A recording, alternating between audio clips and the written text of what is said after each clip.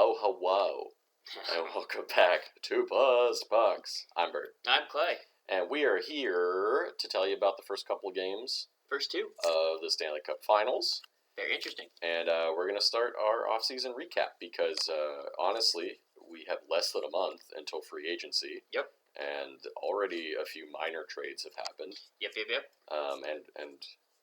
Well, if it was a few years ago, a major trade, but it's more of a minor trade. But we'll get to that.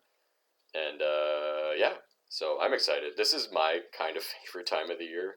Trade deadline and then like right as the off season starts is my favorite time of the year because there's all that wheeling and dealing and There's shit. wheeling and dealing. We haven't gotten to some wheeling and dealing yet, but we will because looking at There's some a of these lot of- caps, Oh yeah. we're going to be some Oh, wheeling yeah. and dealing. And there's been some coach carousel stuff going on Yeah. too.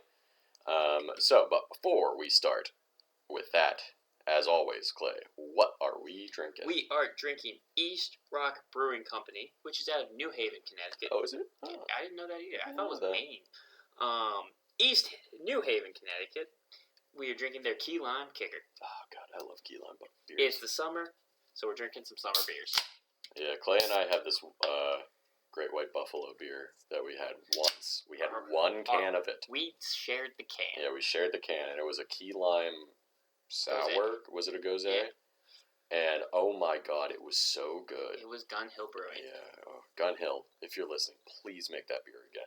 They're out of the Bronx.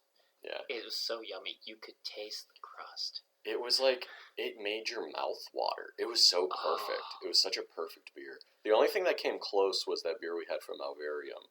Oh, Alvarium. Yeah. Which was also, I can't remember what kind of pie it was, but it was another kind of pie Smutty beer. Nose does a good one. And you could, just like with that one from Gun Hill, with the Alvarium, Yeah, when you could taste the crust. It was so interesting. Smutty Nose Does it? does have a good key lime. We should look for it. I've Try it out. had it recently. In the I past had it couple recently months. too, actually. I definitely told you about it. Anytime I see a key lime beer, Just like, I grab it. I'm like, one of these has got to be at least close. I think it was called Homebrew Hero or something yeah, like that. That was I it. think it was a limited run beer, but oh my god, please bring it So back. good. Well, anyway, cheers. Dreams about it. I don't really taste the key lime in that. I don't taste a lot of lime. I taste a hint of lime. Oh, it says hint of key limes. So. Oh, I think I tasted it afterwards. That's interesting. So it's a Radler style. So it's like a light. Yeah, it's German more of style it's a lager as opposed to like a Gose. Yeah. Like I think I usually have Goses as key lime. 100%. This is the most we've talked about beer on the show. Kind of. All right. Well, let's start with news It's first. As we have been recently. Yep. Bruce Cassidy is the head coach of the Vegas Golden Knights. Yes, he is. Which I think we discussed last week was the prevailing theory going on, but it's official. Yep. He is the head coach of Vegas. I think that's a good fit. That's a good fit. Yeah. Also, as I predicted. Yep. The match made in scumbag hockey heaven did happen. John Tortorella is the coach of the Philadelphia Flyers for better or worse. Yes, he is. The Broad Street Bullies might be coming back for better or worse. Yeah, but they're not going to be good. That's not the style of hockey anymore. No, they'll just take 15 penalties a game. Not even that. If they're playing slow, they won't be able to hit anybody. No. Colorado is showing that right now in the finals. And Tampa Bay is plenty fast, and we'll get to that in a second. But Colorado is also a team. Yes, they're fast, but they can also bang. That's true, yeah. You have a team that is a combination of the two, versus just a slow team, they're just going to run circles right around you. That was the same thing that happened when the Penguins won back-to-back. The first of that back-to-back. Yeah. They were just faster than every other team, and they just skated circles around everybody. Yeah. And that kind of shifted the way the league played. To more of a faster thing. And the league's still kind of shifting that way. Hockey is a very reactionary sport. Excuse me. But there you go.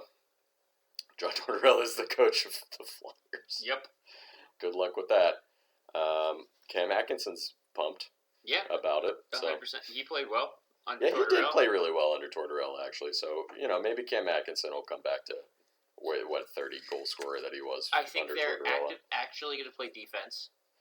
I hope so. They got to play some sort of defense after last year. They weren't playing any defense last year. No, they were not. Ristolainen's not going to be happy because he's going to be asked to play defense. We'll get to the Flyers more in a sec. That's one of the teams we're going to discuss. Montreal and Vegas made a trade. Yes, they did. Go ahead. Evgeny Dadonov is actually being traded this time. This time, officially for sure, to Montreal. Yeah, I think it already went through. Shea Weber's contract. contract. Yeah. So, in reality, it's just a cap dump for Vegas. I guess they get $2 extra million-ish on the LTIR. I believe they do, yes. But Shea Weber's never going to play again. So no. Go ahead and let those Vegas legend Shea Weber jokes put them in the rafters. Just go forever and ever and ever. The New York Rangers re-signed Sammy Blais. Yes, they did. He played pretty well for them, I think, the first month of the year, and then unfortunately he blew out his knee. But he'll be back with the Rangers next season. I don't even think he made it. It might not. It might have only been a couple of weeks. He did not. I don't think made 2 regular season. No, he did. I thought he was slew-foot in the preseason. Mm-hmm. It was the early part of the regular season. Yeah, but I know it was PK. Yeah. 1 year, $1.525 million. Okay. So not bad. Yeah, I think they were. I think the Rangers were probably like, well, last season was a wash. We'll bring you back on like a lower tier deal. See what you do. And I don't think it's official yet, but it seems like Edmonton is making Woodcroft the permanent head coach. Yes. It hasn't been announced yet, but I've seen many talking heads be like, it's happening. Did we say which makes sense? St. Louis was officially the head coach of Montreal? I don't remember if we did, but he is. Yes. Yeah. So just like with what they're doing with Woodcroft, St. Louis' interim title is no longer interim. He is no longer interim. He is just the head coach. Yeah. Which makes sense. Edmonton played fantastic under Woodcroft. They really did. After who was their coach before? Tippett? Tippett. Yeah, I mean, look at what they did. They battled back from the horrible place they were in the standings before Woodcroft. And they were on like a 13-game losing streak. They had multiple 10-game losing streaks in the season. And then they finished second in the Pacific. And went all the way to the Western Conference Finals. And then they lost to Colorado, but I don't think there's any shame in losing to Colorado. No. Speaking of Colorado, let's get to the finals so far. Game 1. Pretty good game. It was a very good Pretty good game. Colorado went up early in this game. I believe they scored 2 goals pretty fast. Vasilevsky did not have a good first period. He let up 3 goals in the first period. Yeah. Tampa Bay battled back. They did. So it was 3-1 going into the third, right? Yeah, going into the... No, I'm sorry. Tampa tied it in the second period. And there were no goals in the third period at all. So this went to overtime, and Burakovsky ended it in overtime. I think like a minute and a half in or something like that. Yes, a rebound from a Nikushkin shot. Yeah. And Burakovsky buried it. Yeah, so it was 4-3 Colorado in overtime. Palat, Nick Paul, and Sergachev had the goals for Tampa Bay. Nichushkin, Landeskog, and Rantanen each had 2 points for Colorado. And as I said, Burakovsky got the game winner. Nichushkin he's been a monster in these first playoffs. In these playoffs, especially in these first 2 games too. Kemper returned to start in this game. He played okay. Braden Point also returned, had an assist. Good for him. Yeah, he completely missed the second and third rounds, and he's back. I'm surprised he's able to come back. Good for him. That knee injury looked bad. Yeah, it did, yeah. He tried to play the rest of that game, and he just couldn't. So that was game 1. Pretty good game. Yep. Game 2, not as good. I mean, it's a great game if you're Colorado. Colorado scored a touchdown and shut out Tampa Bay 7-0. Touchdown and an extra point. Yeah. Cal McCarr had 2 goals, and a power play goal and a shorthanded goal. Yeah. And he's one of 2. I forget who the other player is, but he's one of very few players that have very few defensemen that have a power play and shorthanded goal. In a Stanley Cup game, yeah. Nichushkin also had 2 goals. Yep. So that's 3 goals in 2 games for Nichushkin. Rantanen had 3 assists in this game. Kemper had the shutout, but he only had to make 16 saves. Did you watch any of this game? Very little. So peek behind the curtain, we were playing D&D last night. I had the game on. I forgot about it, honestly. Yeah. I thought, I didn't... It's one of those things, I knew it was Saturday, but I also didn't realize it was Saturday. Here's the thing. Colorado dominated this game. I looked up all the stats. I looked up highlights, and yeah. Total domination from start to finish. In the third period, Tampa Bay had less shots than their deficit. Yeah. So. Yeah. So, whoo, baby. Thing, like, that was not a good game. But the series is not over. Vasilevsky did not play bad. He was hung out to dry. Their defense played horrible last night. Yeah. And a lot of these goals came off odd man rushes. The shorthanded goal, I know, came off an odd man rush. Vasilevsky was hung out to dry. Yeah. And they left him in for all 7 goals. That one is, to me, is different because it's Vasilevsky. He might have told them he didn't want to come out. It's Vasilevsky's goal. They probably kept asking him, and he's just don't you dare He take was like, me out. no, I'm staying in. Yeah. It's one of those things like, I need to endure this pain. Exactly. Also, he gets another chance to look at the shooters and look at... That's true. Yeah, reconnaissance for the games moving forward. The series isn't over yet. But through the first 2 games, Colorado's got a stranglehold, especially after a 7-0 domination win. Well, I think Vasilevsky would rather just embrace the suck than be pissed on the bench. Yeah, I feel that. Yeah, I feel that. So that's the first 2 games. Is Elliott going to be any better? No. The series might be over by next week, honestly, because I think they play 3 games this week. They play Monday? If they do, yeah. Oh, yeah, we're recording on Sunday instead of Monday this week, just because we have plans tomorrow. Yeah.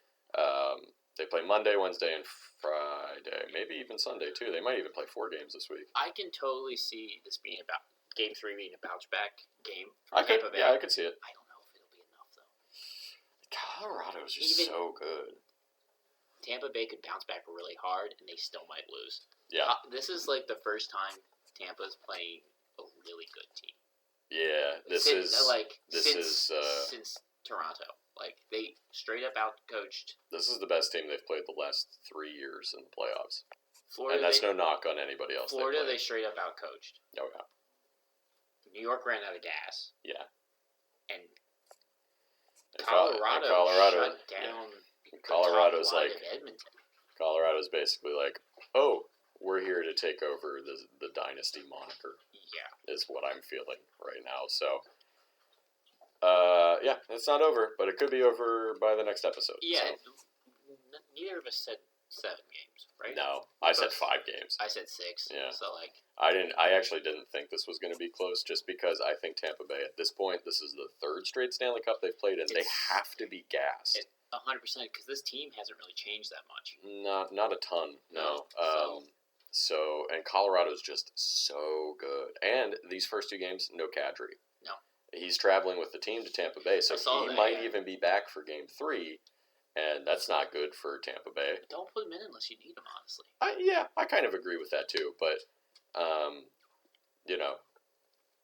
even if they give him sheltered minutes in Game 3, I wouldn't even rush him back.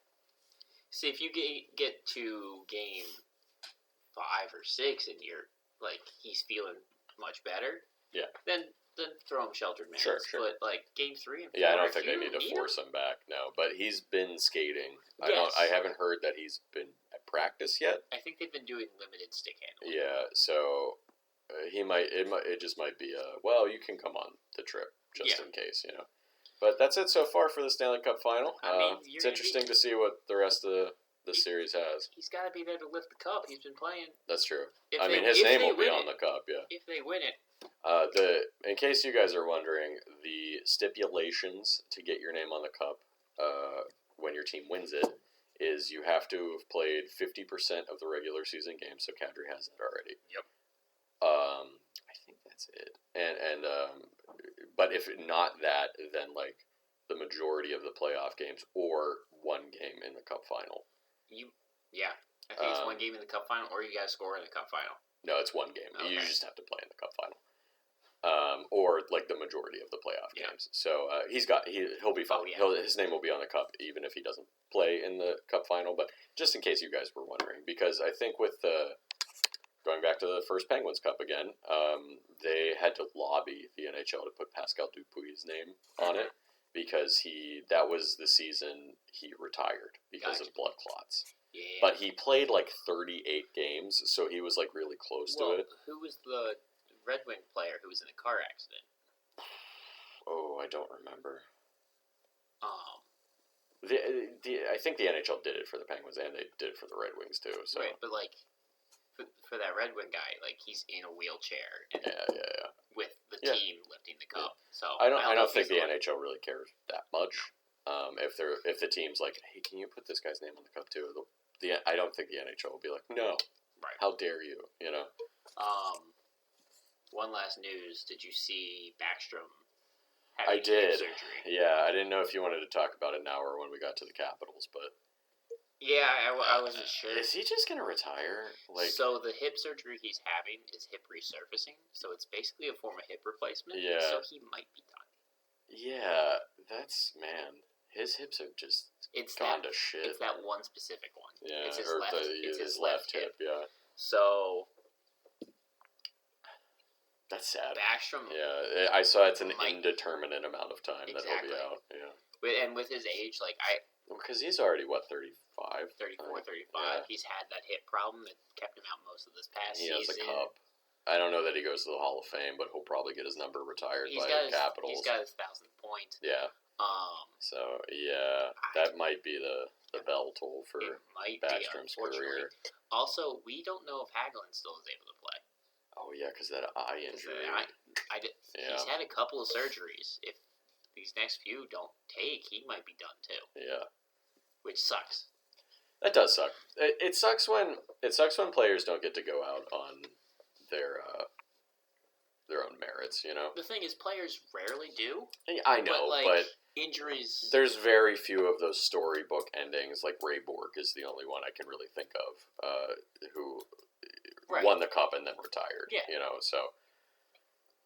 Even Gretzky, kind of just petered out there at the end. Exactly.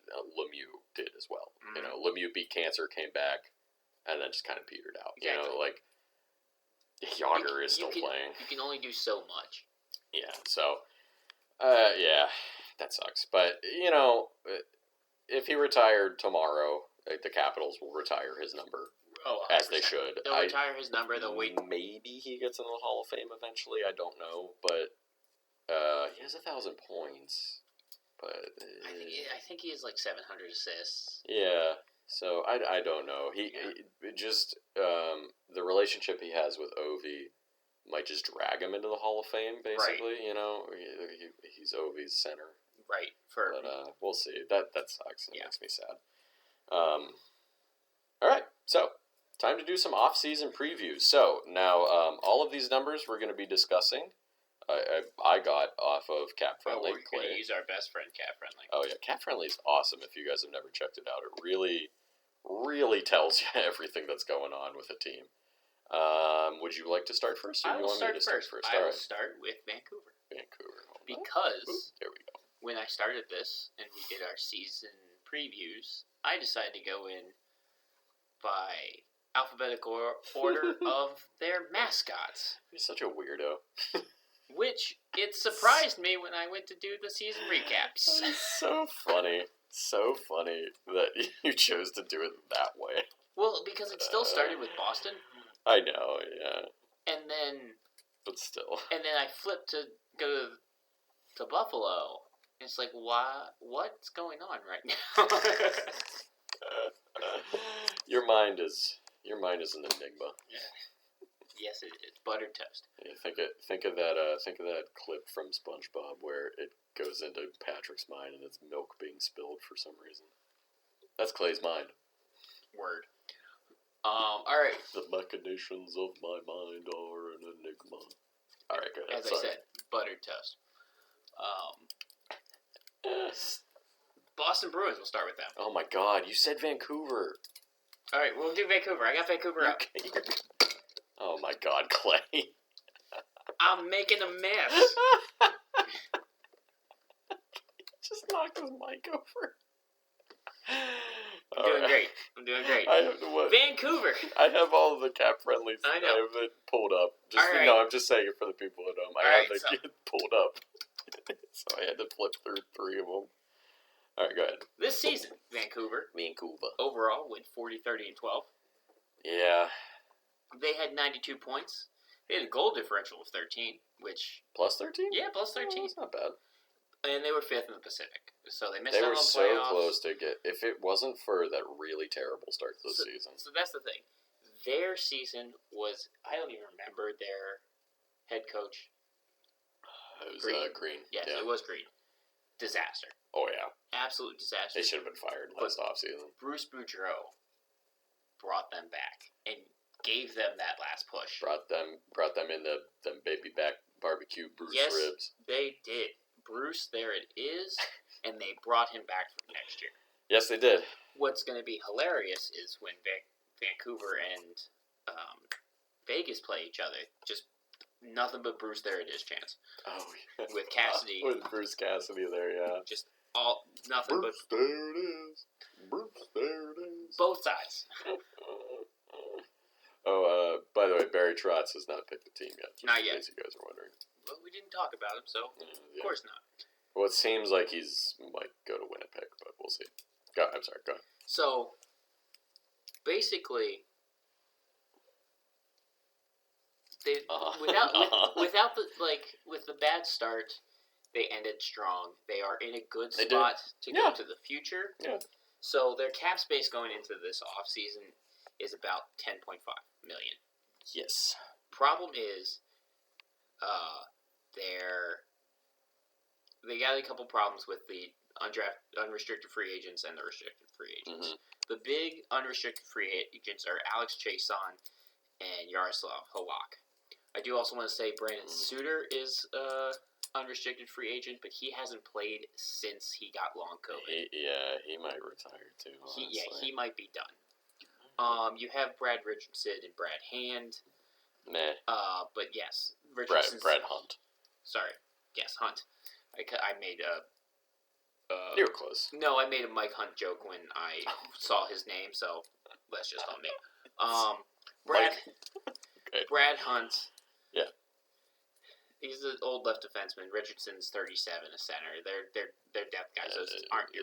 No, that's not priority. No, I mean, honestly, Chiasson's not really a priority either. The thing about Chiasson is he has every tool to be a superstar, except he cannot shoot. He's like Hagelin. He is exactly like Hagelin. Him and Hagelin are the exact same. If they could shoot, they would have 40 goals.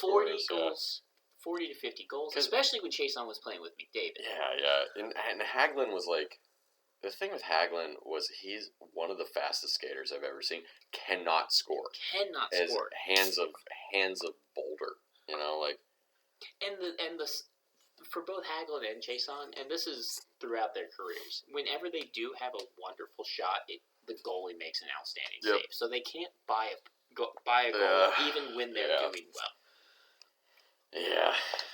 So, 10.5 seems like it could be a lot, but it's not. No. Especially when you have Brock Besser as your restricted free agent, and his qualifying offer is 7.5. Oh, is it really? It's 7.5. There's been a lot of speculation they're going to trade his rights. I would trade his rights because in the 71 games that he played this past season, he put up 23 goals and 23 assists for 46 points. That's not horrible. That's not worth 7.5. No, I would say not. With Besser, he had a lot of off-the-ice issues going on with his dad getting sick and his since passing away. I understand that, So, playing through all of that, and even putting up those numbers that's incredible that he had that good of a season. I don't want to take... I'm not taking this away from him. No. At all. But at the same time, would he benefit, with all of that going on, maybe he would benefit from a change of scenery as well. Maybe. Say they trade him to, I don't know, Ottawa. Maybe he would flourish there because, because when tragedies happen, you, what's it called? You think about it when you're in the areas where you were. Now, associate. That's what it is. You associate the place where you were with that tragedy, so it hurts more. Now, from my knowledge, Besser has stated that the Canucks have been excellent with sure. him, all the support that he needs. But it's still one of those things where it does come down to being a business. Yeah. You only have $10.5 million, and he takes up 75% of it. Yeah. Well, I think it kind of depends on where they would send him to, and that he might be okay with it the change of scenery thing might help him. So if he got traded to a contender, like say he got traded to the Capitals or the Penguins, well, it's a playoff team at least, or say in the offseason he got traded to Tampa Bay or somebody like that, he might be like, okay, yeah. Right, 100%. Like, it's just one of those things where they might trade his rights. Yeah. Because again, 46 points, and it's going to start at 7.5. That's the qualifying. Yeah. offer. Well, he doesn't necessarily. He could sign for less than 7.5. He could. He has to agree to that. But, exactly. Yeah. Being an RFA, if he's like, I'm going to go to free agency, they have to give him a $7.5 million qualifying offer, and if somebody else gives him something else, then they get draft picks back for him. But no one's going to offer sheet him. No, he's not getting an offer sheet. I wish the NHL was more petty and they would offer sheet more players. There's someone that you might talk about. One team that you might talk about that might get an offer there's a few. Yeah, there's always speculation like, oh, maybe somebody will offer sheet this player, but there's a few that it almost makes sense to offer sheet them. It would be smart to offer sheet. Because you could steal a pretty good young player from a team that might just let them go. And then you would be out like a second-round pick or something like that. So you also have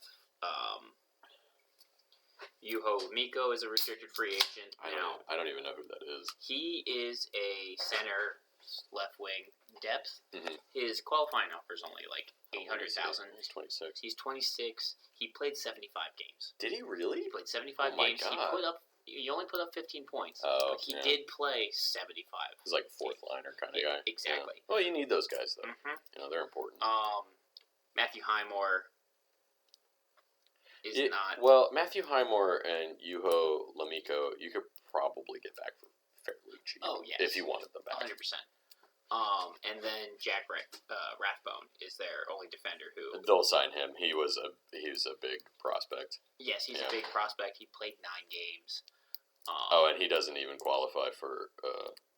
he can't even get offer sheeted. Yeah, he can't even get offer sheeted. So they'll sign him probably to like $1 million contract. Well, that's his qualifying offer. Because he's 23 years old. Yeah. That's his qualifying offer. Yeah, he only played 9 games. They're going to be like, why don't you just sign a little contract and then we'll see what you're doing. So going into the draft. Yeah. So those are the big free agents going into the year. They have their own first. They do. They do not have a second. Oh no. Yeah. They have their own third, fourth, fifth. They have 6th and 7th. Yeah, they have all of their own draft picks except number 2. But you could maybe recap that second with the Besser trade. Maybe you could get somebody to give you a first for Besser too. Yes. Maybe a late first. You have 2 firsts, and that's better than a first and a second. Yeah. So. I do want to shout out their top scorers for points getters for the year, which were JT Miller, Elias Pettersson, and Quinn Hughes. Yeah. Miller had 99 points with... Yeah, what a year Miller had. God damn. One more year on that contract. Yeah, he's there for next year. That's another thing they have to consider is if they want to keep JT Miller there, they're going to have to extend him, and they can do that this summer. And Besser goes into free agency the same year as Miller. Yeah, Not Besser, Horvat. Horvat, yeah. But they could extend Horvat this year, too. So if they make minor moves, they could probably extend Miller and Horvat. Oh, by the way, the cap is going up by $1 million this year. It's, what, 82? 82 and a half. 82 and a half. So JT Miller in 80 games had 32 goals and 67 assists. Elias Pettersson in 80 games had 32 goals as well, but he only had 36 assists. Still a good season. Oh, 100%. It's a great season. Now, and then Quinn Hughes in 76 games, 8 goals, 60 assists for 68 points. Yeah, so they top already... 3 point getters. Oh, wow. I didn't realize they had Quinn Hughes locked up already. He's locked up. That's not even that bad of a cap hit, actually. 7.85 for a 22-year-old Quinn Hughes who just had a monster season. So no, they knew what they were doing with that. Yeah, that was a smart move. Now, they could free up some cap space. They could trade Connor Garland, I guess, but they just got Garland. I think they extended Garland. Yeah, is what I believe. Yeah, they did. I mean, if you really want to swing for the fences, somebody will give you a shitload for JT Miller. 100%. I agree. You could get a couple of good young players, maybe a couple of firsts, but I think it kind of like. I think Besser's on the move, and you can get a good return. Yeah, I think you can for Besser. Even though it's just his rights, maybe they do a sign and trade with Besser. That would probably up the value. They could probably get a first, maybe a good prospect, maybe a couple good prospects, he could be a very good player, 30-goal scorer. Oh yeah, a year. Yeah, he hasn't lived up to that yet. He's 23 is not that far off. No, and again, what I'm saying is he had a lot going on. Yeah. He had a lot going on. Yeah. So unfortunately, now that that's over, it might not be on his mind as much. I mean, you can only hope. People deal with shit like that completely differently, yeah. So we'll see. I would expect Besser's rights get traded, but I also wouldn't be shocked if they moved Miller as well, especially because I think somebody would pay a major premium for him. And now that they have an actual GM instead of Benning. Instead of Benning, yeah. And a coach who knows what he's doing most of the time. 100%. So, I really see Vancouver going for the playoffs next year. I could see it. It depends on what they do in the offseason. I think if they make a few moves here and there, I don't think they have to completely blow the team up or retool it. Their team, as it is, almost made it. That's true. That is true. So even if they brought back the same roster, they might challenge for a playoff spot. I think they get. It was really Boudreaux really turned that team around. I think they get. If they start with Boudreaux, they get third or fourth. Yeah, they would be in the playoffs. Division. Now, how far would they get in the playoffs? Who knows? Another story. Yeah. So, yeah, that's Vancouver. Yeah, I think it's going to be a really interesting offseason. Because the cap's not going up that much. Thank you, COVID. Because if COVID had not happened, I think the cap might jump like to almost $90 million. 100%. Because this new TV deal, the revenues that the NHL got this year are challenging the revenues they got in 2019. Yeah. Which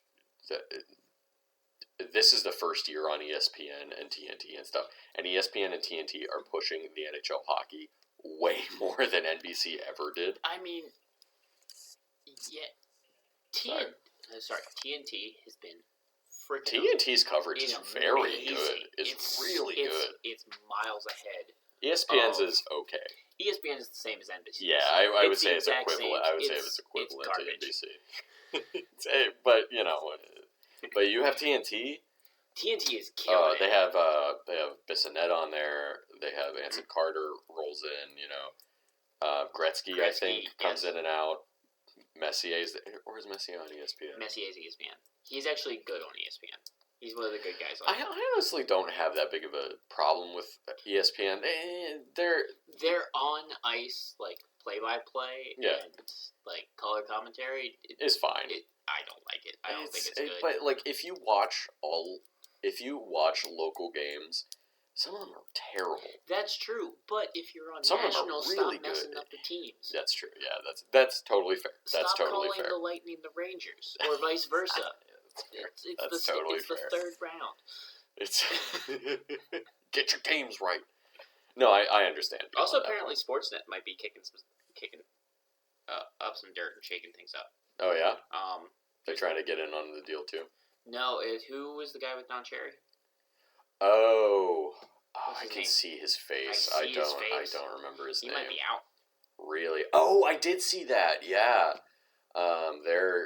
That's Canada, yes. So that we won't see that much. But they're shaking things up there too. Oh, I watch Sportsnet a lot. Well, it depends on what totally legal stream you're watching.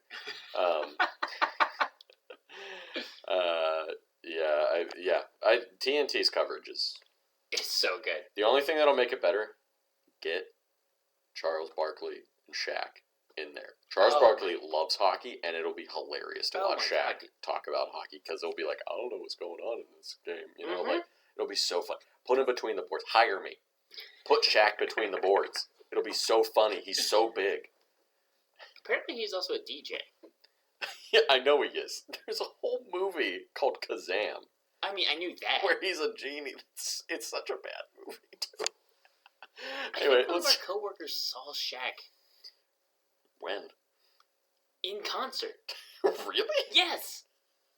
You have to tell me who it is after the podcast is over because I have to talk to them. But apparently he was awful. Oh, I'm sure he is. I'm sure he's terrible.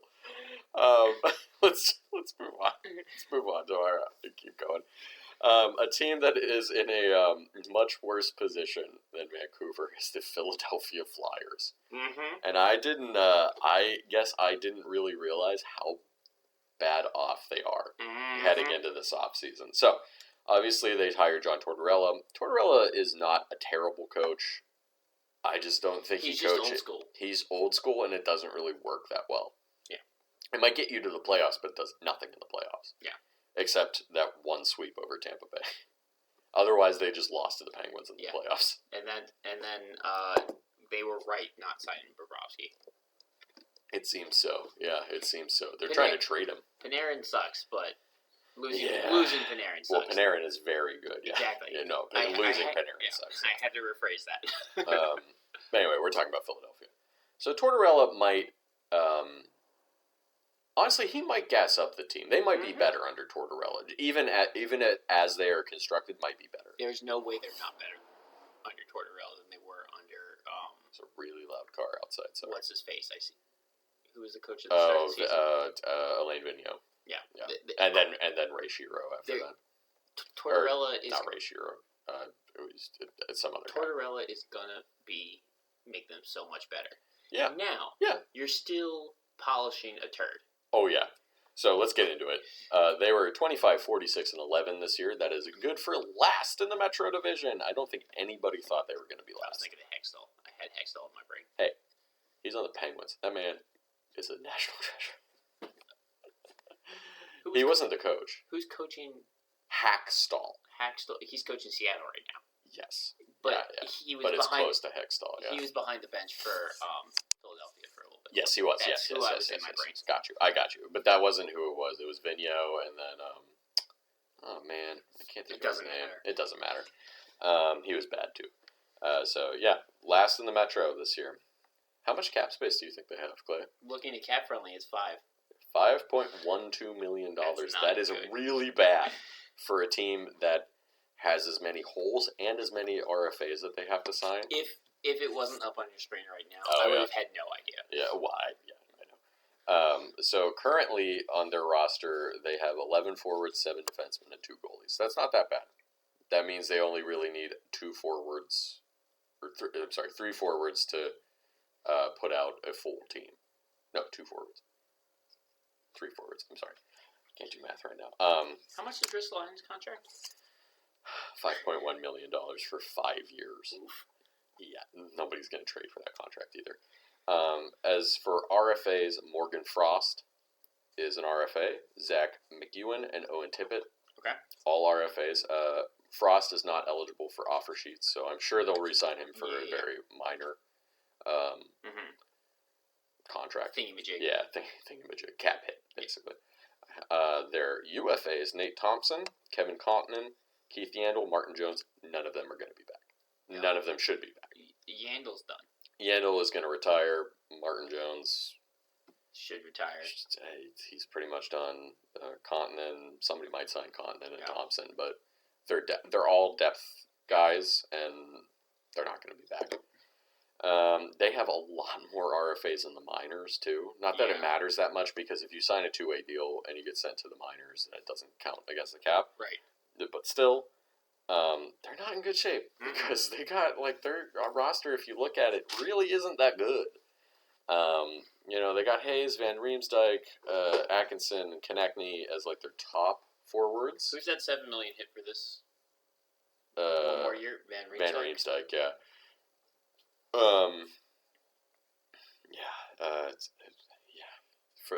For draft picks, they have their own first, which is the 5th overall pick. Right. They have their 3rd, 4th, 5th, 6th, and 7th picks, all of their own. Okay. Don't have their 2nd pick, but they do have the 5th overall pick. Yeah. So, that's nice.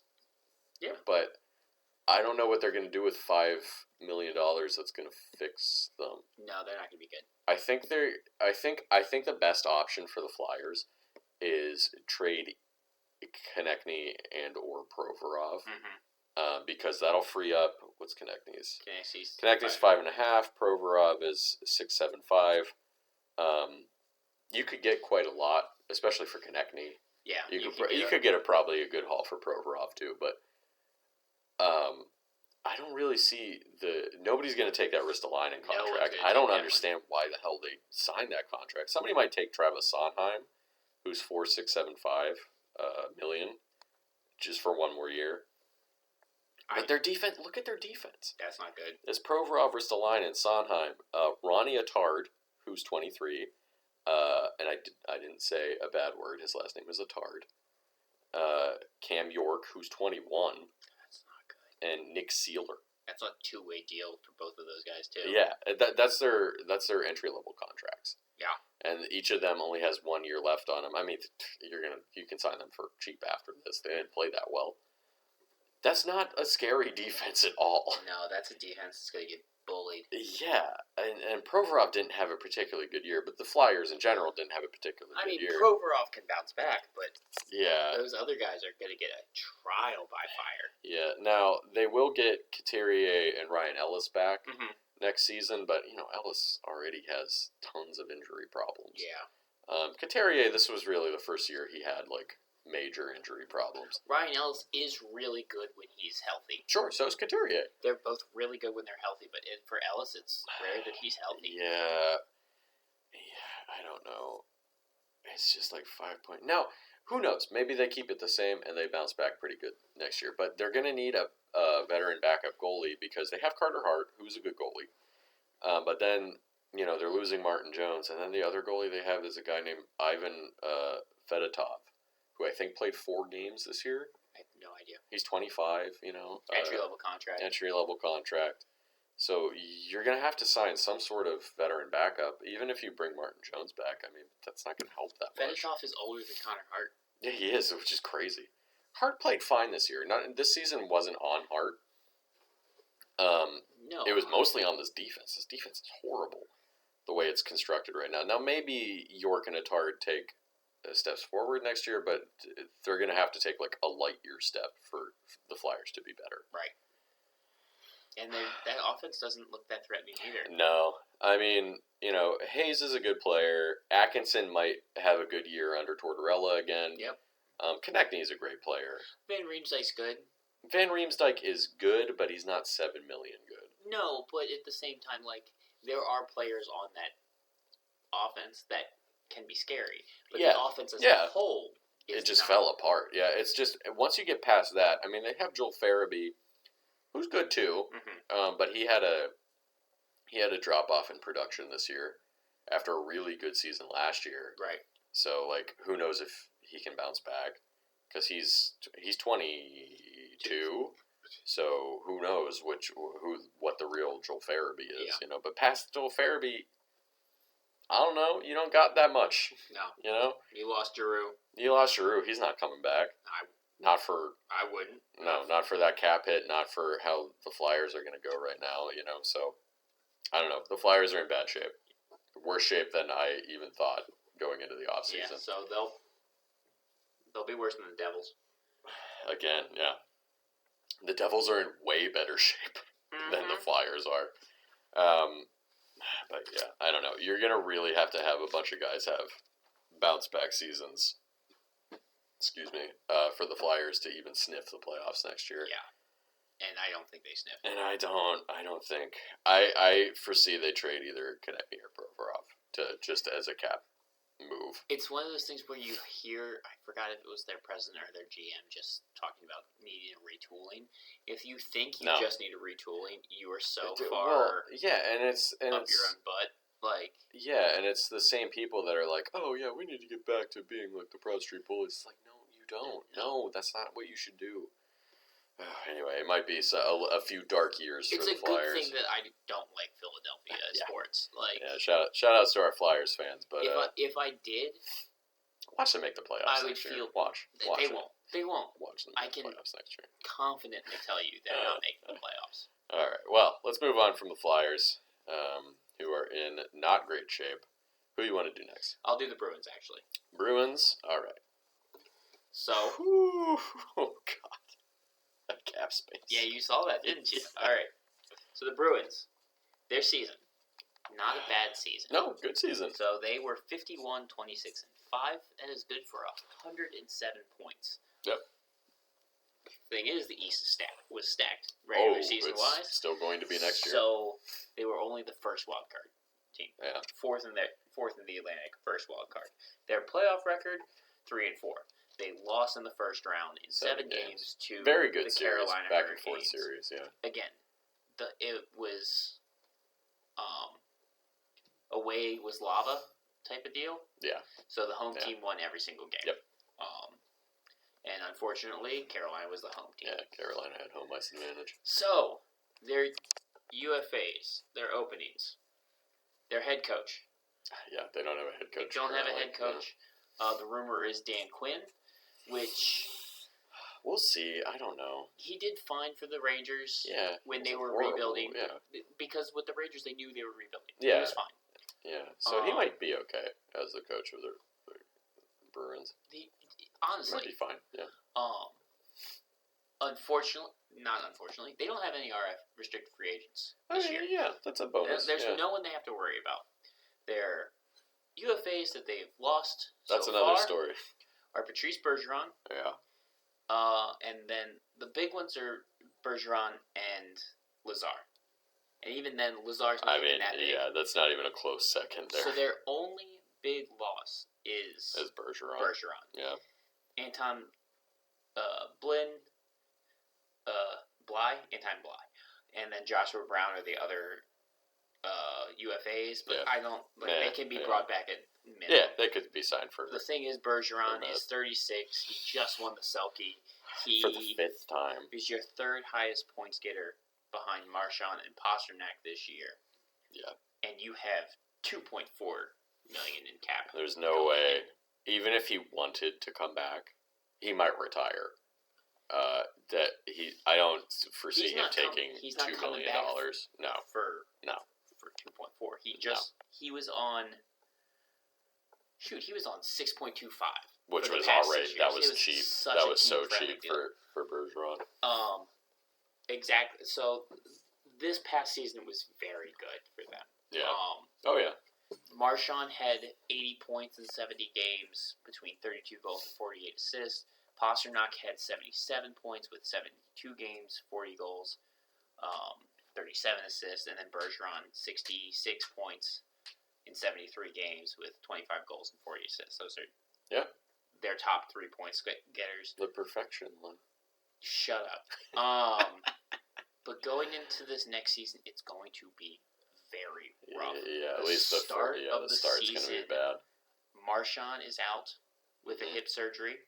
McAvoy, Grzelcyk, and Mike Riley all out long term. Half of your defense. That is half of your defense.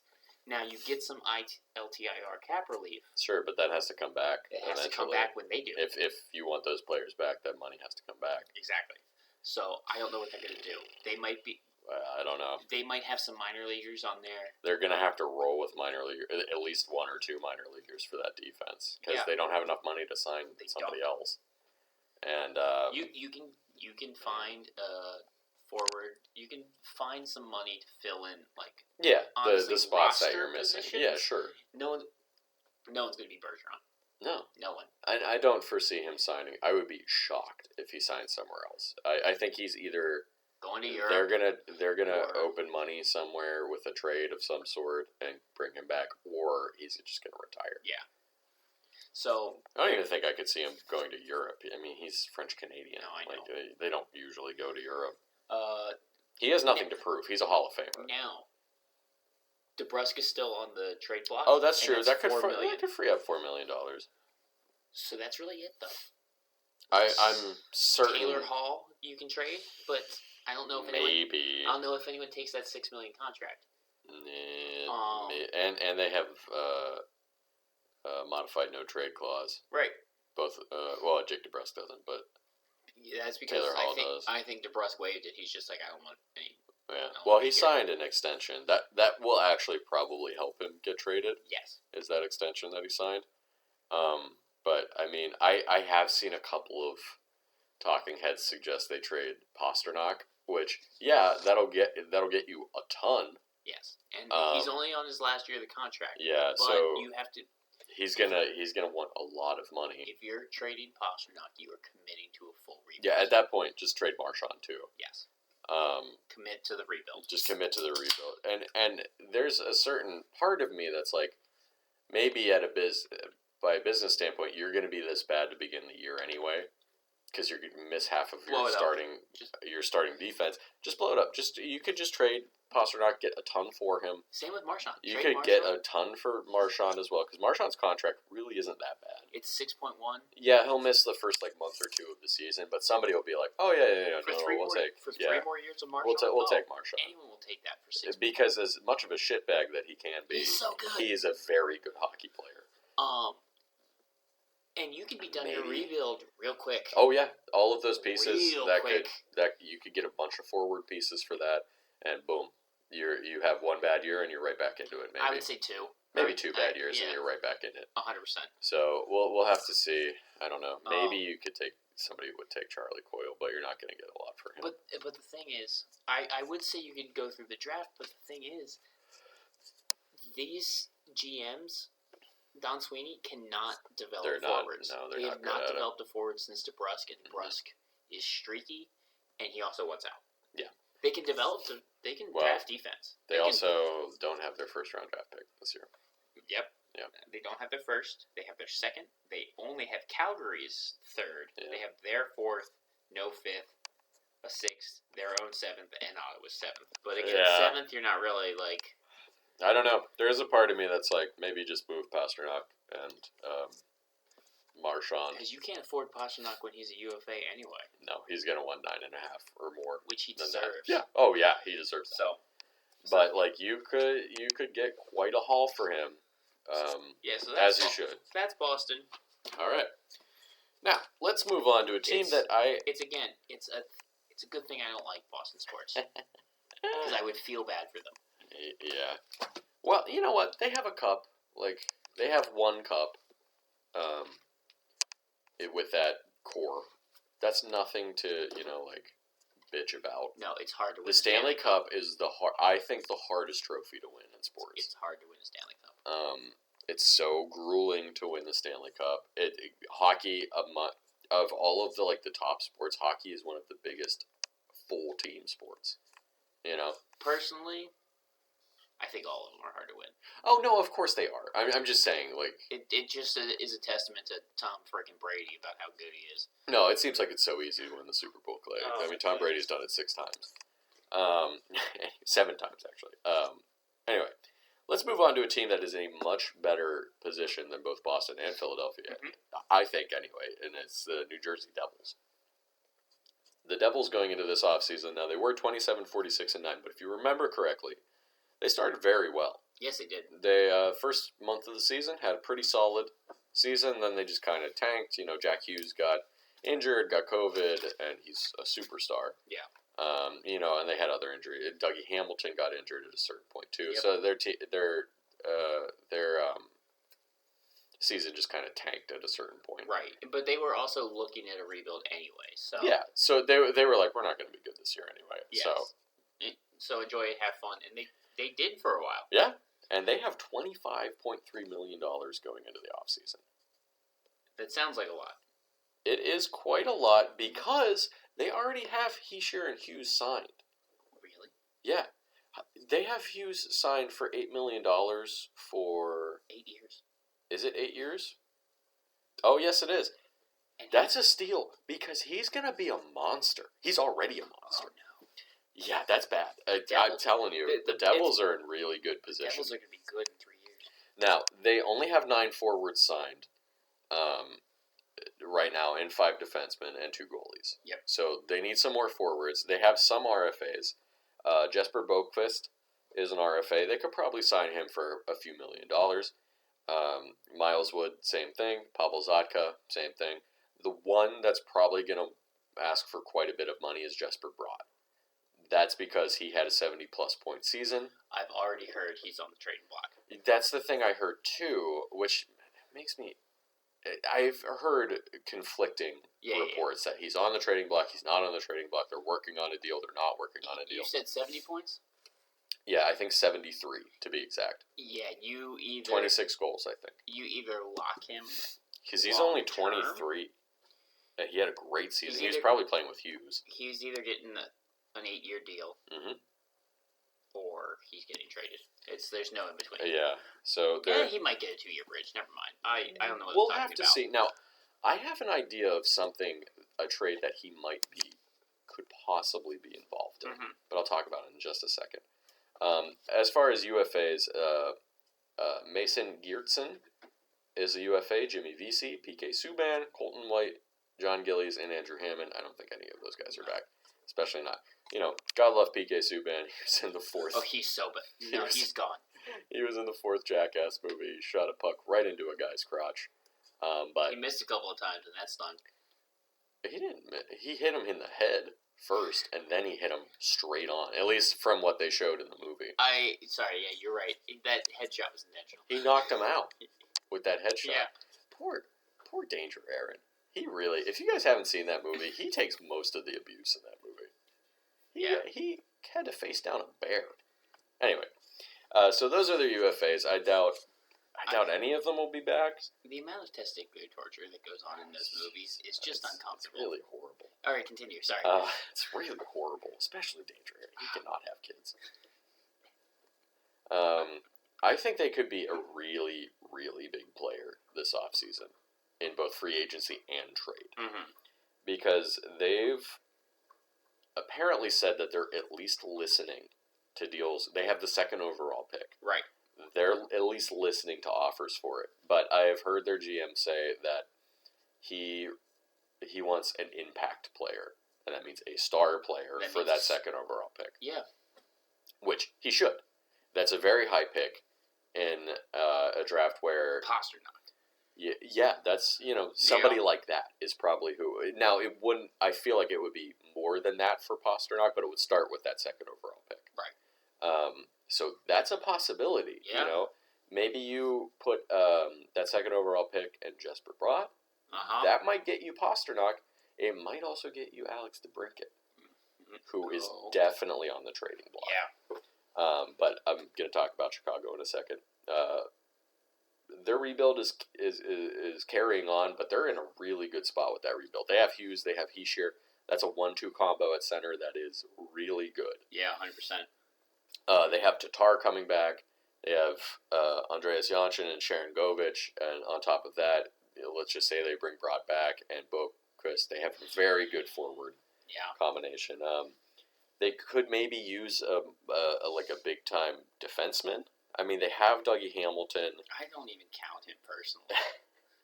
He's very good offensively, but he can be a defensive liability. They need like a stalwart defensive defenseman, because if you look at like old Devils teams of the past, they had like Scott Niedermayer, Scott Stevens, those types of guys.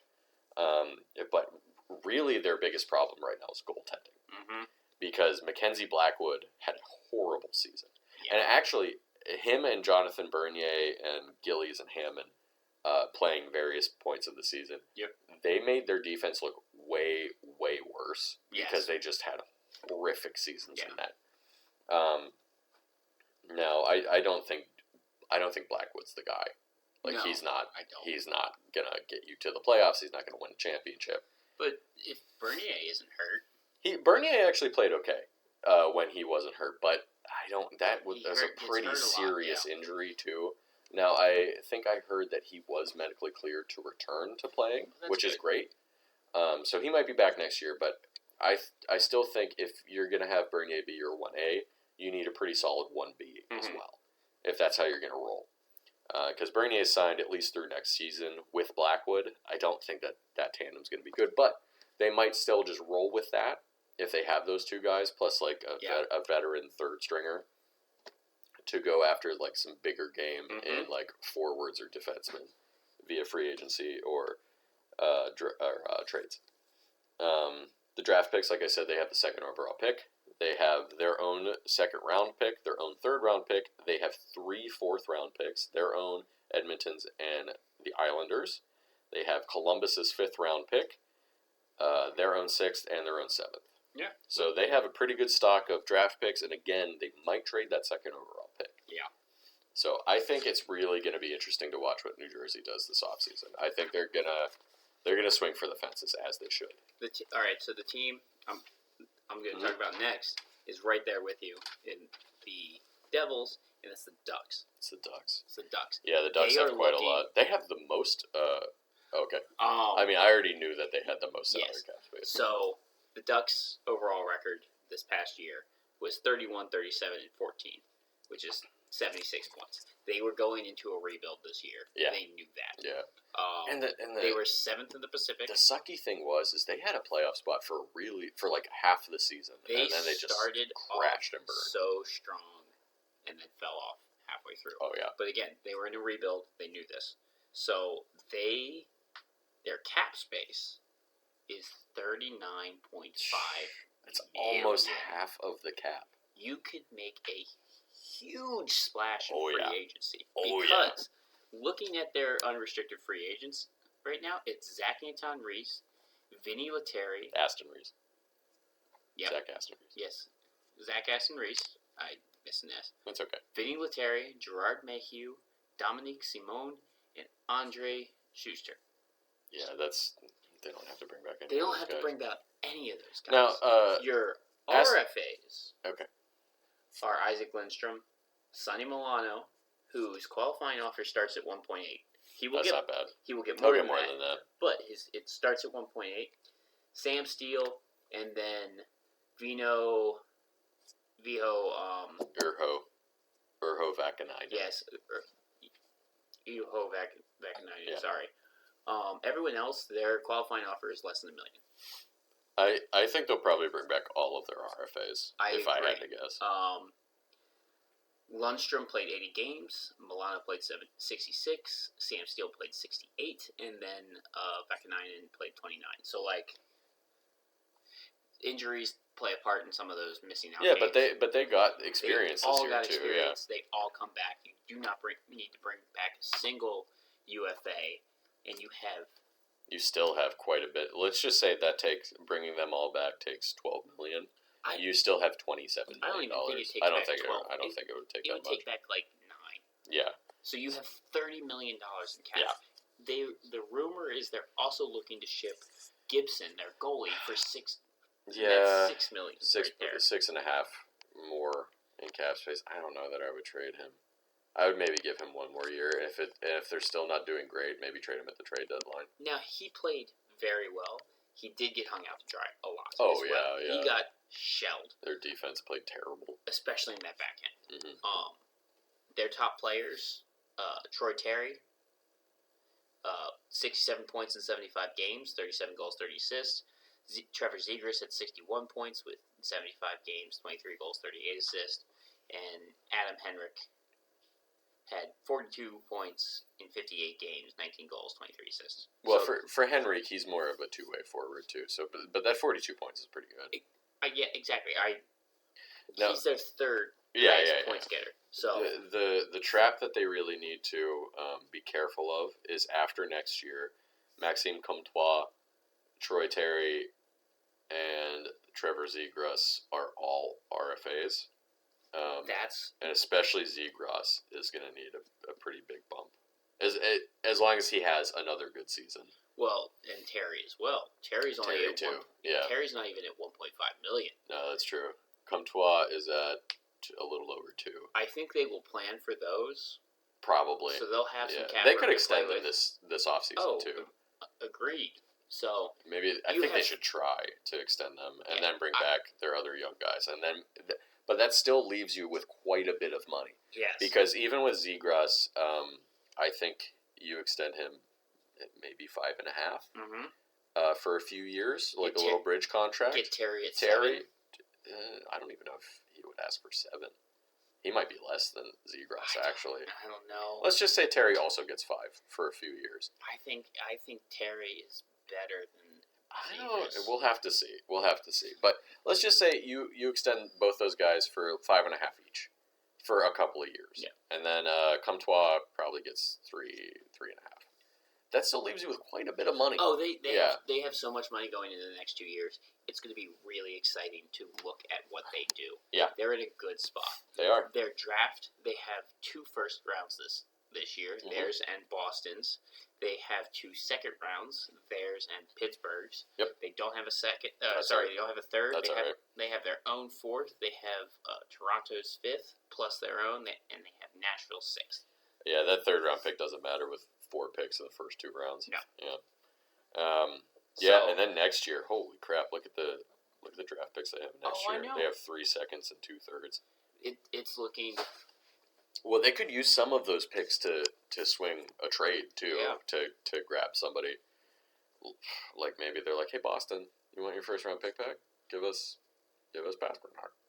Plus we'll give you some more stuff." Like it's very exciting to look at Anaheim in the next 3 years. I think Anaheim's going to be pretty good. Them and the Devils are on a similar trajectory where they almost had really good years, and then they just kind of fell apart as it went. And I'm done with the Pacific. Oh, okay. And the Ducks. So yeah, I agree. I think the Devils and the Ducks will be really interesting teams to watch moving forward. Yes. It might not be good next year. They might be in the middle of the Pacific, but... Yeah, I don't know that they'll make the play. It depends on what they do. Yeah. But we'll see. I think it's exciting. I think some of those other teams are still going to stay ahead. Probably. But the Ducks are I think, going to take another step forward next year, at least maybe challenge for a playoff spot. I don't know that they get it. But after that, those guys are really going to come into their primes. And it's going to be them and the Kings again. Probably. Oh, yes. I'm going to talk about the Kings. Bring that rivalry back, baby. We'll talk about the Kings next episode. Next time. Well, let's keep moving forward with the Coyotes, who also have quite a bit of cap space. 25, 50, and 7 on the season. Not a good year. They were bad the entire year. Except for that one hot stretch where they were winning like 2 games a week for a while. That got them to 20 wins. $33.2 million in cap space. Now, I think that's going to be actually like 37 because Brian Little is... the way that cap friendly works is whoever is on IR on the team right now, they factor that into the cap space. Gotcha. Brian Little's not going to play another game, so that's another like $5 million. So it'll probably be like 37.5 ish. That's crazy. So they're right up there with the Ducks. Now, here's the thing: they have 10 forwards, 7 defensemen, and a goalie currently signed. I don't know what they're going to do with all of that cap space because with the Ducks and the Devils, you can be like, yeah, those teams will probably spend. Yeah. Coyotes, I have no idea. They're one of those teams that I'm like, they might just be at the cap floor, which is $61 million, by the way. Right. I'm just like, I don't know that they're going to spend the cap. This is the time to make a move. Absolutely. Now, the Coyotes might be one of those bad teams. contracts of Beagle and... they're all coming away. They're all coming off. This is the time to make a move. So their RFAs are Lawson Krause, Christian Fisher, Barrett Hayton, Kyle Capobianco, and Cam Deanan. They'll probably bring all of those guys back. I don't think any of them are going to be terribly expensive. Fisher might be a bit of money, but nothing that's really going to destroy that cap space. I think you still have around $30 million after bringing all those guys back. Mind-blowing. Their UFAs are Jay Beagle, Louis Eriksson, who I can't believe that contract was still going on. I know. For Louis Eriksson. Alex Galchenyuk, Bokoji Imama. Don't ask me like I know. I believe that is how you say his name. Phil Kessel, Anton Strawman, and Hari Satari. If you guys remember, what a great name! If you guys remember, is the guy that Toronto signed from I think the Finnish league. Yeah, they tried to bring him in. But because he came from a European team, he has to go through waivers, and Arizona took him on waivers just to take him away from Toronto. And then Toronto got really bent out of shape about it. They were like, "We will do this to the other team." I'm like, I don't think Arizona gives a shit. Yeah. So I don't think they think about Toronto that much. No. It's just really funny. So he's going to be a UFA. I'm sure he'll sign somewhere. I don't think any of those UFAs are going to be back in Arizona. All of them are older or kind of like... towards the end of their career. Yeah, most of them are. Bokoji Imama is the only one who I think is under 30. I mean, Harry Sateri. Harry Sateri, too. But like, the rest of them are 35 plus. Right. I could, well, not Alex Galchenyuk, but he's not that good. No. So, Eriksson, I could see maybe retire. Beagle has a couple more Kessel years. and Strawman too might retire. Beagle playing a couple more years. Strawman, He's already a fourth liner. Strawman, I think, will definitely retire. Yeah. Beagle, I could see playing a couple more years. Galchenyuk, I'm sure somebody will sign him for cheap somewhere. Yeah. But I just don't. Maybe they bring back Bokoji. That's just a fun name. It is a fun name. Yeah, I just don't know what Arizona's gonna do. They could use everything. Yep. But who knows? They have the 3rd overall draft pick. And they might trade Chychrun. They might. Now, here's the thing. They have 3 first-round draft picks. Holy crap. And 4 second-round draft picks. They have their own first-round draft pick, which is 3rd overall. They have Carolina and Colorado's, which are both later, but they're still first-round picks. Do you think they tank for one more year and then go ham? Try to get Bedard and then go ham after that? Yeah. Maybe. I mean, they're still going to be bad next year. Unless they get Pasternak and all of these guys. But they can make a splash with the with all of that cap space? Because they can also eat bad contracts to get good young players, too. Good young players, which is kind of like Arizona's MO. Right. You know? But they have their own second-round pick, the Islanders' second-round pick, Philadelphia's second-round pick, and San Jose's second-round pick. And then their own 3rd, their own 5th, and their own 6th. But those draft picks don't matter because they have 7 picks in the first 2 rounds. That's awesome. I wonder if they're going to awesome. I wonder if they're going to use all of those picks or make a move for something. But again, I have no idea what Arizona's going to do. They're a team that I'm like, I don't know that you're going to exist in 2 years. You know, right. I mean, you probably will, but they're that one team in every league where I'm like, I don't, they're just bad forever. You know? But this time they're trying to be. That's true. That was at least their plan this year. They're like the Lions, you know. You're just like, are you just bad forever? Like, what voodoo curse did this team get on them? Yeah, I don't know. They would certainly get quite a lot for Chychrun because he's a very good defenseman. He's young. His contract's not bad. Yeah. But yeah, I think they'll still be bad next year. Because they need everything. Want me to talk about a team who's going to be bad again? Yeah, yes I do. Is it Buffalo? It's Montreal. Oh yeah, they're definitely going to be bad again. Because you know how much cap space they have? Not a lot. $2 million. Oh my God. Really? Oh God, I thought it was at least going to be around 10. Oh my God, it's not even $2 million. Not even $2 million. Jesus All right. Christ. Let's talk about Montreal to finish off this episode. Baby, well, no, I have one more after you. Oh, shoot. Yeah. One more, and then we finish. I have a very funny one. So, Montreal this season was bad. Their overall record was 22, 49, and 11, which is good for 55 points. They were 8th in the Atlantic. Got that first overall draft pick, though. They do have that first overall draft pick. Yeah. Their goal differential was minus 98. Doesn't matter too much, but it's fun. No, it doesn't, but man, that's bad. So, again, you have a lot of RFAs. Yeah. And you only have $2 million to work with. Plus, you have 4 UFAs. There's so many of these teams that it's not even the fault of the people that are there now. No, it's the fault of their predecessors. Oh, 100%. And this is all Bergevin's fault. It's all Bergevin's fault. So, their unrestricted free agents are Laurent Dauphin, Matthew Perreault, Tyler Pitlick, and William Langeson. I don't even know who William Langeson is. I don't know if they bring any of the guys back. Probably not. Probably not. You might be able to bring a couple of them back cheap, but you have to bring Pitlick back. You need to have all of the Pitlicks. All the Pitlicks? They should bring Rem back because he's an RFA. Right? So you have Michael Pizzetta, Rem Pitlick, Cale Clang. Clog. It's Clague. Yeah, Clog. Cale Clue? Might be Clue. Yeah, Cale Clue. Alex Romanoff and Sammy Moltembo. Right. So, how they bring all those guys back. I don't know how they bring all those They're going to guys have back. to trade off other pieces. So, these qualifying offers. And they just traded for Dadonov. So, their qualifying offers on all the RFAs is $250,000,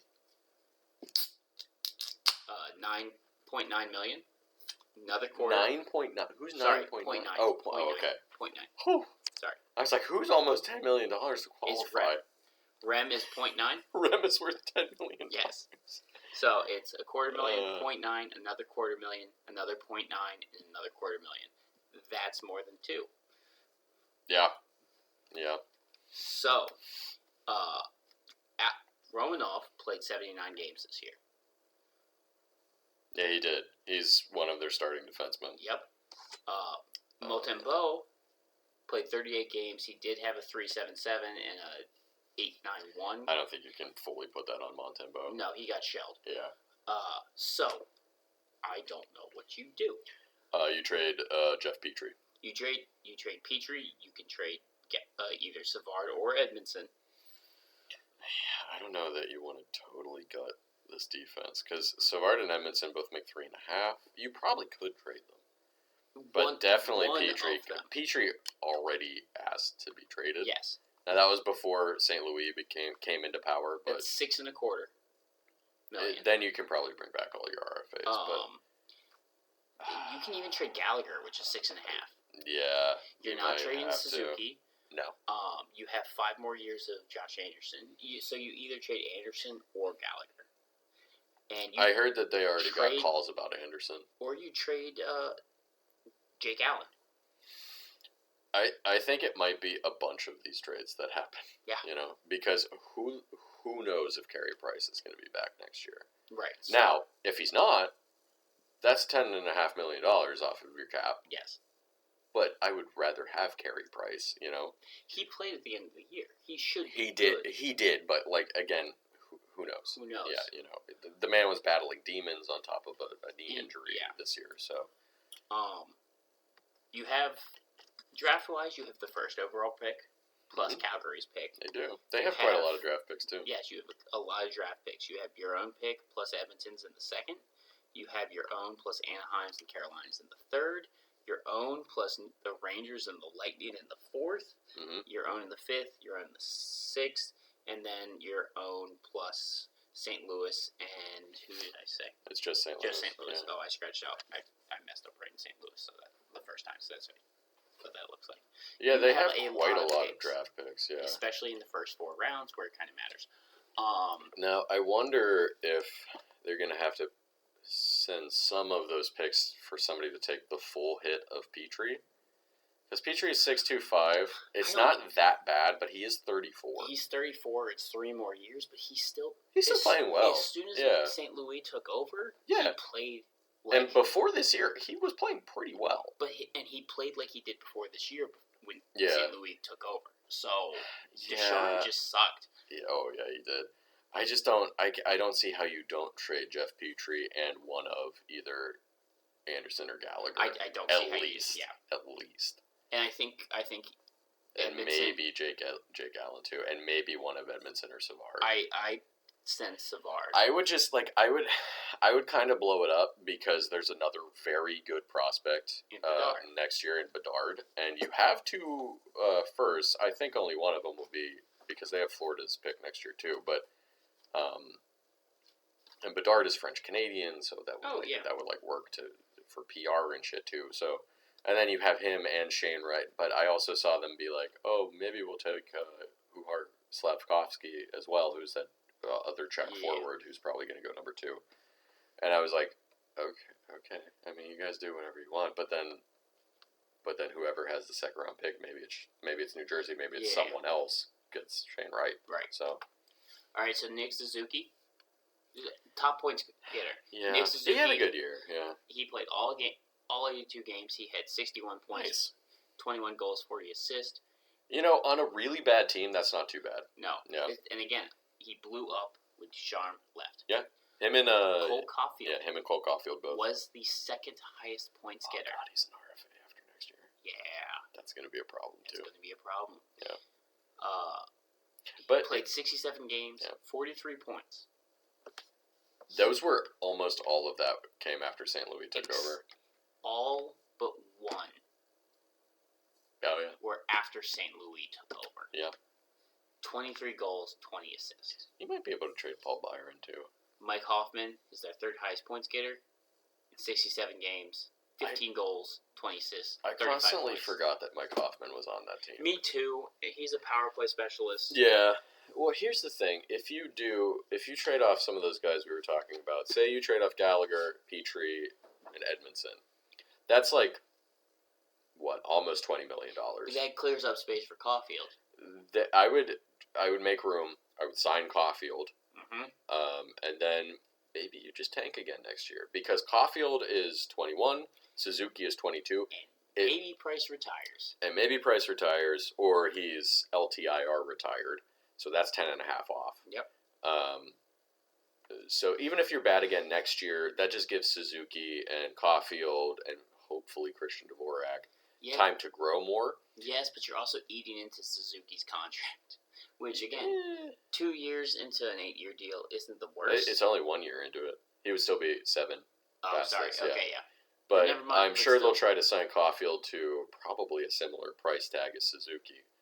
And then say you get Shane Wright, and then maybe you get Connor Bedard on top of that. So then your top 2 centers would be Suzuki and Bedard. Mm-hmm. And then you have Caulfield and Shane Wright in there, plus whatever veteran forwards you want to get.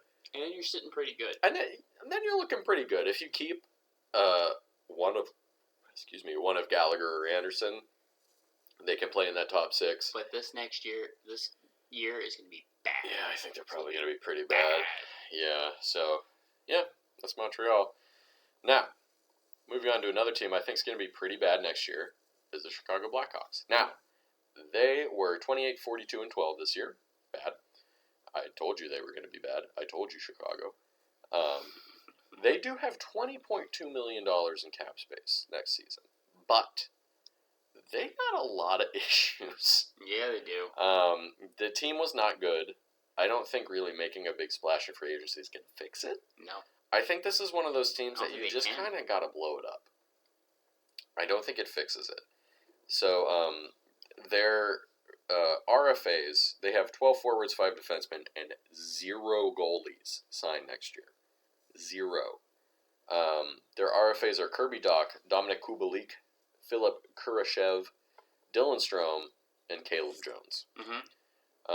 Now, I think they'll probably bring back all of them, but that eats right into that cap. Yep. You're going to have to pay Dach at least a few $1 million. He did not have a good year, but he's a young player. Yeah. Kubalik had a pretty good year. Even Strome. Strome had a okay year. And Caleb Jones, you traded for him to have the Jones brothers, so why just let him leave, you know? Their UFAs are Calvin DeHaan, Eric Gustafson, Colin Delia, and Kevin Lankinen, who were their 2 starting goalies after they traded Marc-Andre Fleury, who did not play well. No. They're not good goalies, but again, you have 0 goalies signed for next year. I don't really understand what they're doing. Maybe they get Mrazek. Maybe. I don't know. Because I already did Toronto, which we don't have time for today. But no, this will be the last team we do. Mrazek's got to go for Toronto if they're going to do anything next year. They have to bring back Jack Campbell. We'll talk about Toronto next time. But as for Chicago, they don't have their first round pick, which, by the way, is 6th overall. Oh my god! So who gets that? Columbus. God. They traded that pick plus Adam Boqvist for Seth Jones. Who you then signed for $9.5 million for 8 years. That trade looks horrible right now because Boqvist looks very good, and that 6th overall pick could be pretty good too. Mm-hmm. Now, draft picks are a crapshoot, but I would still rather have the 6th overall pick than Seth Jones, who played horrible last year. He played bad. Their defense, they only have 4 defense. Oh, no, 5 because they have one on injured reserves. They only have 5 defensemen, so they need at least 2 more for next year. They have 12 forwards, so they at least need a couple of more forwards for next year, and no goalies signed. And even if you can bring back D'Elia and Lankinen for probably pretty cheap. They're not going to be good. No. This is a team that I think needs to blow it up. And they're not gonna. I don't think they're going to. But I've heard that DeBrincat is on the trading block. I've heard DeBrincat on the trading block. Now, they can get a lot for him. But let me just tell you. Talking about blowing it up, you could get a lot for Kane. They have to get him to agree to be traded, though. Right, because he's got a full no-move clause? Yes. Here's the thing. So DeBrincat is 24 and has played 5 years in the league. Clay, do you know what his goal totals are? He's got... I'll tell you. 30 a year, minimum? Minimum. Rookie year, 28. Yep. Then 41. All right, yep. And then dropped down to 18. That was the COVID year. Right. 32. 41 again this year. Mm-hmm. He scored 41 this year on a really horrible team. Yeah, DeBrincat you keep. You're supposed to keep. Yeah, but here's the thing. He's an RFA and you can't afford him. I don't think that they have a choice. No. Because they have him signed through next year, but then he's an RFA. He's going to want... He's going to want 10. Minimum $9 million. He's want 10. Maybe more than that.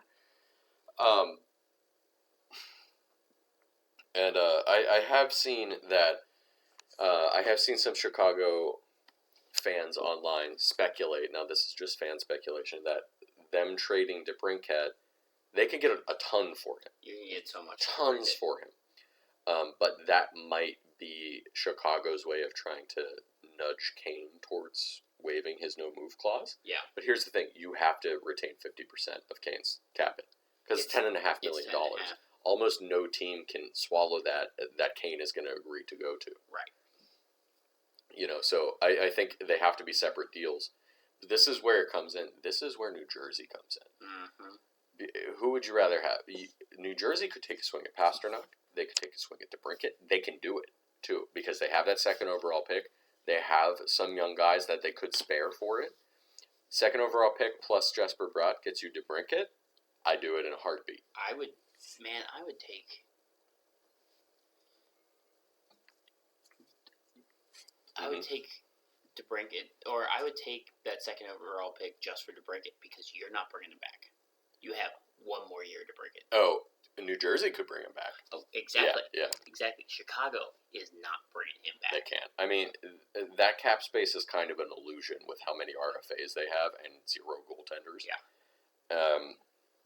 Yeah. A second overall pick to Chicago for DeBrincat is actually good. This is another instance where this isn't the GM who's currently there's fault. This is Stan Bowman's fault. Now, Kane and Taves deserved those contracts when they signed them. They had already won 3 cups. They earned those contracts. No one's going to trade for Taves. He has had so many injury issues the last couple of years. So nobody's going to take that contract. You could still get a good bit for Kane. Kane is still playing at a high level. Yeah, you can get a lot for Kane. And it's only 1 year. So I think Chicago, if I was Chicago's GM, I would just swallow that pain. And I'd be like, we're going to be terrible next year. Mm-hmm. Trade DeBrincat for, I would trade him, I would try to get New Jersey's second overall pick plus more if I could. Yeah. And then I'd be like, Kane, like, I love you, but, you know, we already traded your friend. How about we trade? You tell me where you want to go. And we'll give me like 3 or 4 teams, and I'll try to make it work at 50% retained. Right. You know, maybe the Rangers take a swing at Kane. You know, yeah. that might put the Rangers over the top. 100%. And he would go play with his friend Panarin. Yep. And he's from Buffalo. He's from Buffalo, but you know, New York's close enough. It's 450 miles away. It's the same state, at least. And I don't think he's going to agree to go to Buffalo. So he's not. That would be my strategy, because you could still get like a first-round pick plus much more for Kane as well. Or several prospects or something for Kane. Yeah. I think that's what Chicago should do. Is that what they're going to do? I have no idea. Probably not. Probably not. Now, I have seen that DeBrincat pretty prominently is on the trade block. Yeah. But I don't know. Well, Chicago's going to be bad next year. I think so. I think they have to be bad. Yeah. They've gotten to the point where it's just like, you know what? Just be bad. If they try to be good, That's what they did last year. I know. And I even saw somebody be like, well, maybe they trade Seth Jones. I'm like, nobody's going to trade for Seth Jones. Why did you trade for him? You traded a top-tier defensive prospect who could be a top 2 defenseman, plus your first-round pick, plus more than that, for him. And then, look what happened. Right. You know, so... No one's going to trade for him this year. No.